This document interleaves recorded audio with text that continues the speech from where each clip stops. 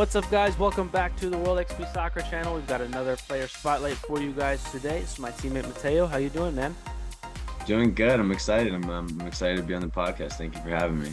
Yeah, for sure. So, um, tell the people who you are and where you play and kind of what you've been up to. Yep. I'm Mateo. I play center mid. I play for Arlington, and I'm also still in college, playing for Frostburg State University. Got 1 year left, and then might stay for a master's degree, because eligibility is still there. So, I mean, still figuring out the last part of the college career, but over the summers and winter breaks, I play with Arlington. And then in the youth days, played with Arlington as well. Also played with DC. So just trying to finish up the college career and then see where it goes. Very nice. Do you have a pregame routine or meal that you got to stick to?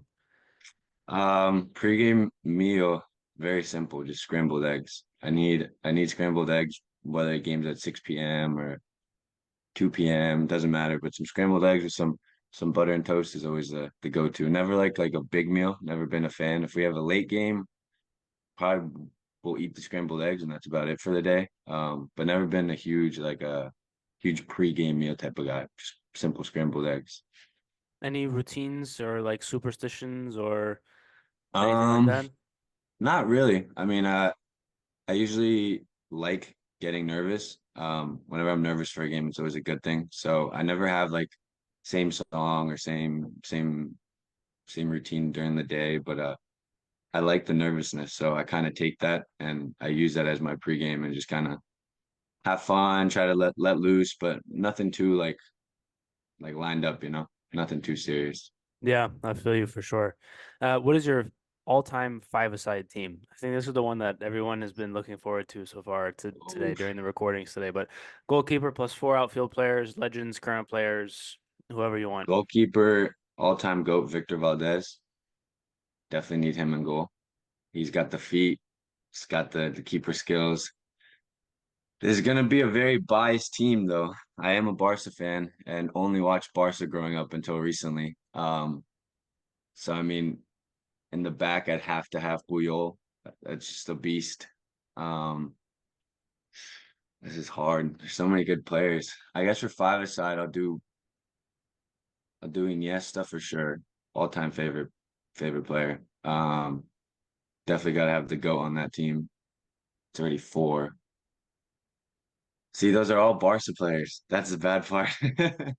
But I'd say those three, and I want to implement someone new. I'd probably say Foden. Foden's Ooh, a really good, also a City fan, but very, very good small-sided player, I'd say. So that's four. And then the keeper five. If I had a sub, hmm, I'd honestly say Suarez, but like Liverpool Suarez. That yeah. guy was a pistoletto, man. That guy, you give him anything and he scores. So again, very Barca based, but I mean, for a five-a-side team, you need some tiki-taka. Yeah, 100%. I completely that's a very good five-a-side team for sure. Do you have any hobbies outside of footy? Yeah. I mean, one thing that I sounds a little weird, but I do like working. Never really worked my whole life. So now that I'm kind of doing a new job, starting an internship, I kind of like seeing the real world stuff as well as kind of like trying to manage that in soccer. Hobbies though, I don't know. I'm a very big family guy. So I mean, I spend a lot of time with my family. Love training my sister. She's like 14 now. Love doing cookouts with my dad. I mean, we don't need like the whole fam, but family time is definitely a huge hobby. It's not good to call it a hobby, but I'd say that's something that if I'm not playing soccer in school or working, I'm always with family. Yeah, I mean, you spend a lot of time. Yeah, that's the essence of the question. Doesn't have to be like Yeah. I mean, hobbies though, I mean, I collect like Hot Wheels cars and then put them in. So it's all good things. yeah, I Um, mean, it's tricky. I've never really been a huge video game guy either. So hobbies, it's really just anything that doesn't have to do with technology. Like I feel like being on your phone or going to the movies or like collecting stuff. I love cleats. I try to collect and keep as many cleats as I can. Trying to slowly, you know, I guess you could say, I don't want to say I collect them though, because for example, like if I have a Nike voucher, I'm gonna return those and get new cleats. But I do love cleats, so I love collecting, keeping. I still have cleats from when I was like 6 years old. So I have these Copas that I got for this commercial we shot with DC United that were like metal studs that I still have. So I don't know, just anything soccer related. I love like keeping like jerseys. That's another thing. I guess you could say that's a hobby. I collect jerseys. Got a bunch of cool different like OG jerseys that my dad had. So then from there I slowly increased the collection. All-time favorite cleat. Oh, that is so hard. All right, you have two. Um, yeah, I'd say wow.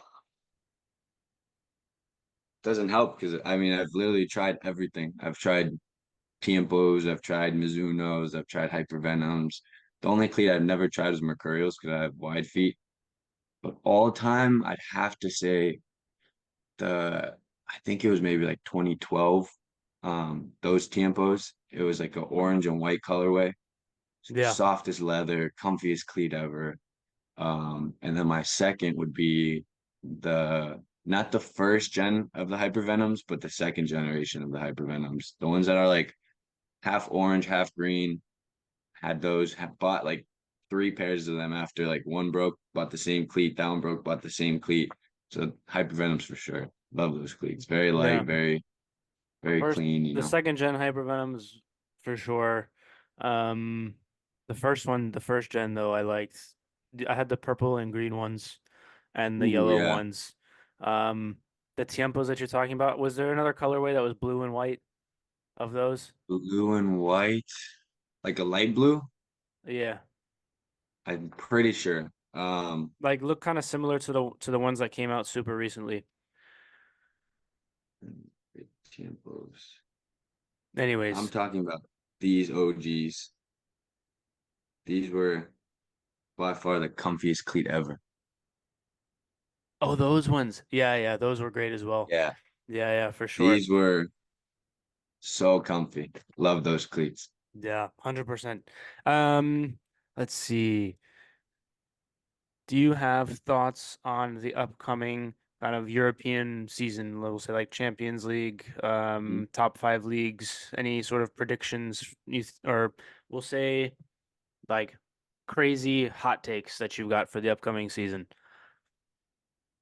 All right, nobody's gonna like me for this one, but as a Barca fan, I am 95% sure that between the next 2 years, we will win the Champions League, La Liga, and what was it? The what's the treble for La Liga? I forgot. It's Copa del Rey?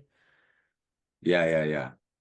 Because we are slowly I guess you can call it buying, but we're slowly developing all these young players like Lamine. I hope and pray we get Nico Williams.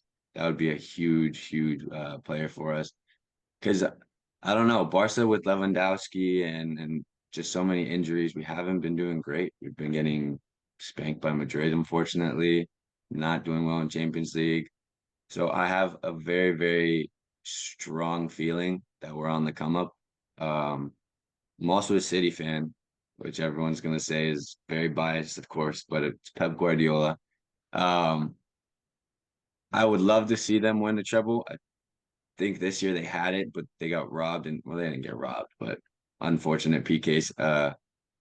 But yeah, I mean, City winning isn't really a hot take because everyone kind of like, oh, City always wins, and but the Barca one, strong feeling. I'm calling it July 14th, Barca Champions League. 2024. Barca Champions League champions, and Lamine. It's crazy. He's 16. And what I love is he's getting this recognition from all these top ballers. Like I just saw an interview with Declan Rice, and the respect that that kid already has is just insane. And so Yeah. I'm excited that he's a Barca player. I'm excited that we can kind of develop him in a different way than other clubs would.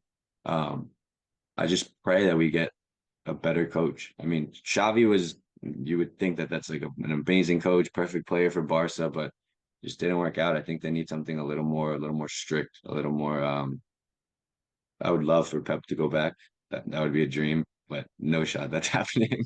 But yeah, man, I'm excited. I'm excited to see Barca finally start to do well and grow as a club because they had their time, they had their moments, like Madrid and like all these power clubs, but I just want to see him back up there. And then I have a feeling, Nico Williams will be there. We'll have Lamine, we'll have some ballers, we'll have Pedri back. I mean, I'm excited, but Barca will definitely be like the young generation team because Yeah. that they also have that one center back who's also like 17, 18. I completely forgot his name, which is terrible Who? for me. Kubarsi, I Um, think his name is. yeah, Yeah. exactly. And he's already playing at this high level at 17 years old. So who knows what they can do in the next 4 years once these guys have the experience, have developed, whoever else we had decided to buy. So I'm Yeah. excited for Barca. I know a lot of people are preying on Barca's downfall because we have a ton of Madrid fans, but I see it coming. I see it coming for sure. All right, we'll see what happens in the group chat after this goes live.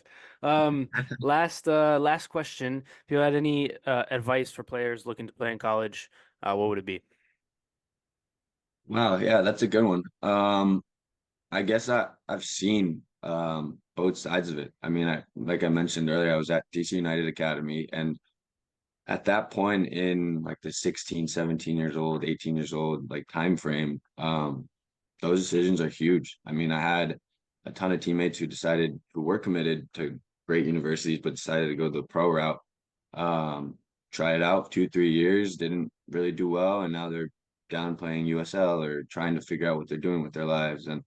And I've caught up with a lot of them recently, and they kind of regret going to college. I personally think college is a very important. I guess you could. Well, there's two things. If you're determined, because I have this other teammate, and I could actually name him Ted Pietro. His mind since he was 16 years old was I'm going pro, I'm going pro, I'm going pro. He had college offers, said no, like I'm going pro. He went the slower route, went to Loudon, then Loudon to DC, and now he's at first team. Now he's starting and he's doing well in the pro route. Then there's other guys who are like, yeah, like I'd love to go pro, but it's kind of got to be one or the other. You got to be full speed ahead for the pro route, or I think the college route. I mean, something that's huge that my parents always told me was, let's say I go pro tomorrow, without a college degree and I get hurt, I break my knee, break my ankle, then it's like, okay, now what? Also, I think soccer and playing a sport in college gives you a very better opportunity and a very big chance to actually gain a scholarship or not have as much like student debt and it's great. It also opens up a ton of opportunities. I mean, I was at a D1 school, didn't go well there. I left there and then somehow ended up at Frostburg because of Coach Phillip. Um, so I think the school aspect part is very important. Always having that backup of, hey, this doesn't go right. I still got my degree. I'm still able to get a job, still able to work ahead.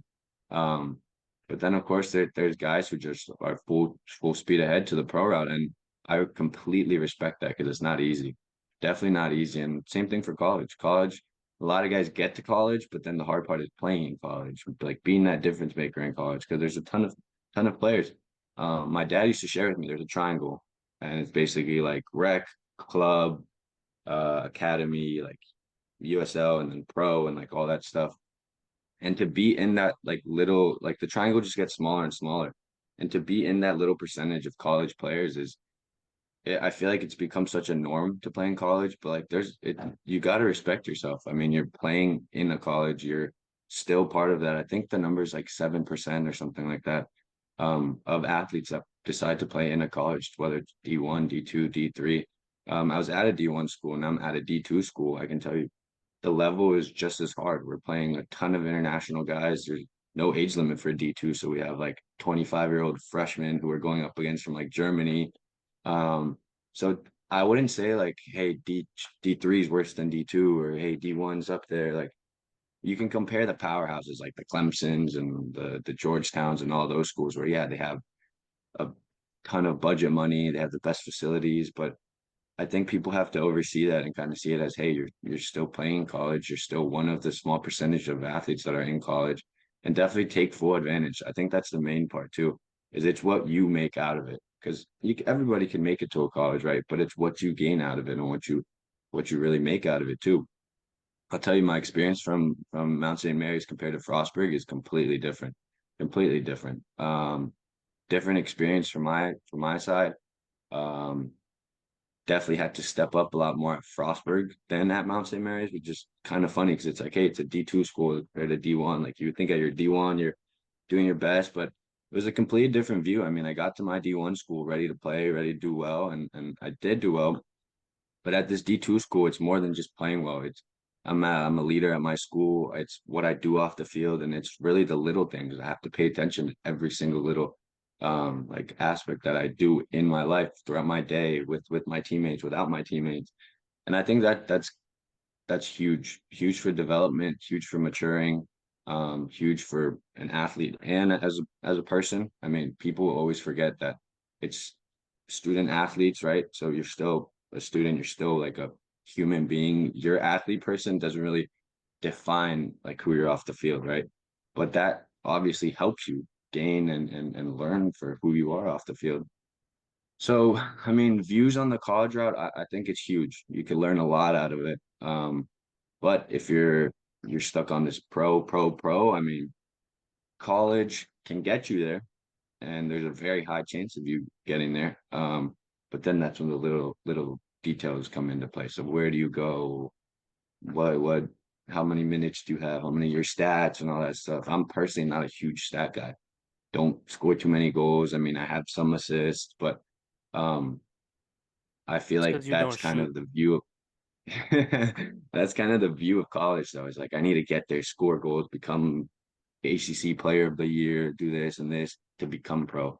And I think people oversee that a lot where it's like, dude, just get there, do your best. You do what you need to do, and then what happens, happens. I'm a firm believer of when you do things right, good things will line up in your path. And so that's kind of how I got to Frostburg. I mean, I was at Olympiacos with Philip. I mean, did not think I was going back to college. Was kind of playing just for fun because I freaking love the sport.